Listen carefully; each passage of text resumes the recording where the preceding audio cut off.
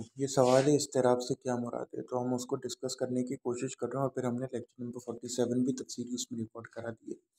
سلو کر کے دیکھ لیا کریں، کیونکہ میں ٹائم بچانے کے لیے یہاں ڈبل اسپیڈ میں پلے بیک کرتا ہوں۔ یوٹیوب پہ سلو کر کے دیکھ لیا کریں 0.75 یا 0.5 پہ۔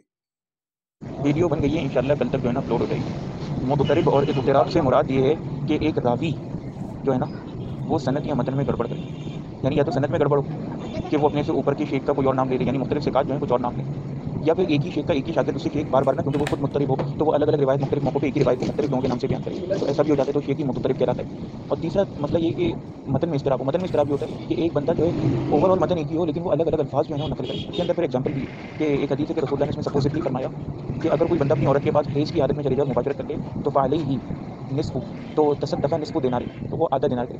اب روایت ایک ہی ہے لیکن الگ الگ الفاظ سے آئی۔ کچھ راوی روایت کرتے ہیں کہ پورا دینار، تو کچھ کہتے ہیں کہ اگر دمن احمر ہو لال خون ہو تو دینارن، اور اگر اصفر دمر ہو یعنی پیلا خون دمن ہو تو پھر نصف دیناری۔ تو یہ الگ الگ الفاظ ہیں۔ پھر کہیں آئے کہ علی کا یا علی ہی نصف دینار، تو اس پر ہے کہ وہ آدھا دینار کرے، کہیں آئے تصدق کہ وہ صدقہ کرے نصف دینار۔ تو یہ مختلف الفاظ ہیں اور یہ اضطراب کی ایک فارم ہے۔